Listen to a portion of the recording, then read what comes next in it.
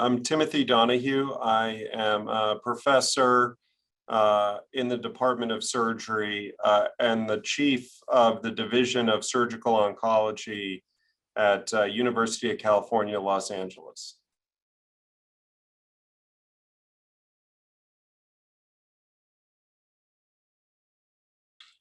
The question is what are the long-term risks following a Whipple?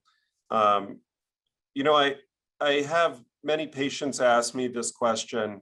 Understandably, they're concerned about, what is a very complex, invasive procedure.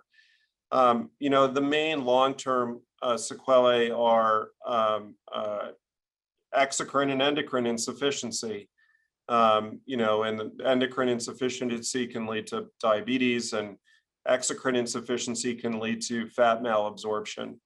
I think the important thing to think about in the context of this question is the long-term risk is different than the short-term risk. And that's because, after a Whipple is done and part of the pancreas is removed and the reconstruction is performed, over time, the remaining pancreas that's in place oftentimes atrophies and gets much smaller. So the long-term risk is higher than the short-term risk. So even those patients who do well immediately after surgery, even for months or a couple of years after surgery, are still at risk for developing these sequelae after the operation.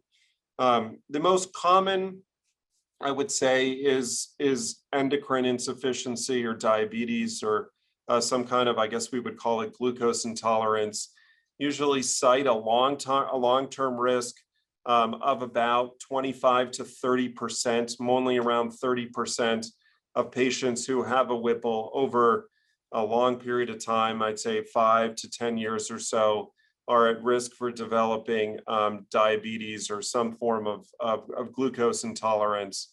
Not everybody requires insulin. Oftentimes this can be managed, with oral agents, but sometimes patients do require insulin for their post-Whipple diabetes.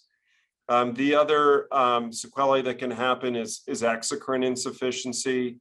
Pancreas not only makes hormones like insulin and glucagon that help control blood sugar, but it also makes enzymes, digestive enzymes, fat digestion, protein digestion, and those that compartment of the pancreas also can become insufficient. The prevalence of that is a little bit lower, maybe around 25% rather than the 30%. It is controlled with medications. Patients can take supplemental pancreatic enzymes. The rule of thumb for them is to take in the enzymes. It'll say the amount of lipase that's there, and it's thought that one needs at least 30,000 international units of lipase with every meal.